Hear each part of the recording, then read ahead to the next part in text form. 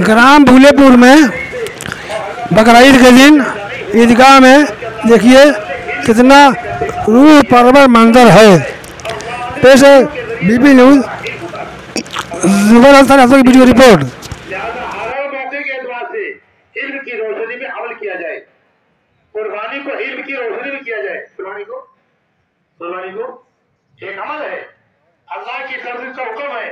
लिहाजा जो अल्लाह के अहकामात हैं उसमें कुछ फराइज हैं, कुछ वाजिबात हैं, कुछ मुस्तहबात हैं, कुछ मकरूहात हैं, कुछ जो है उसमें नाजायज हैं, कुछ हराम है। हर हुक्म के साथ ये तफसील है। लिहाजा कुर्बानी भी देखना होगा कि हमारे लिए कुर्बानी में क्या चीज वाजिब है, क्या चीज जरूरी है।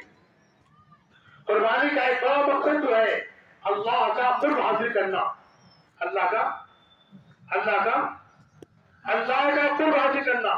अल्हम्दुलिल्लाहि रब्बिल आलमीन नसअलुका मौजिबाति रहमतिक व अज़ाइम मग़फ़िरतिक वल गनीमत मिन कुल्ली बिस्म व सलामत मिन कुल्ली इस्म ला तदअ लना ज़ंबन इल्ला गफ़रतह व ला हम्मन इल्ला फ़रजतह व ला हाजतन हिय लका रिदन इल्ला क़ज़यतहा या अरहमर राहिमीन।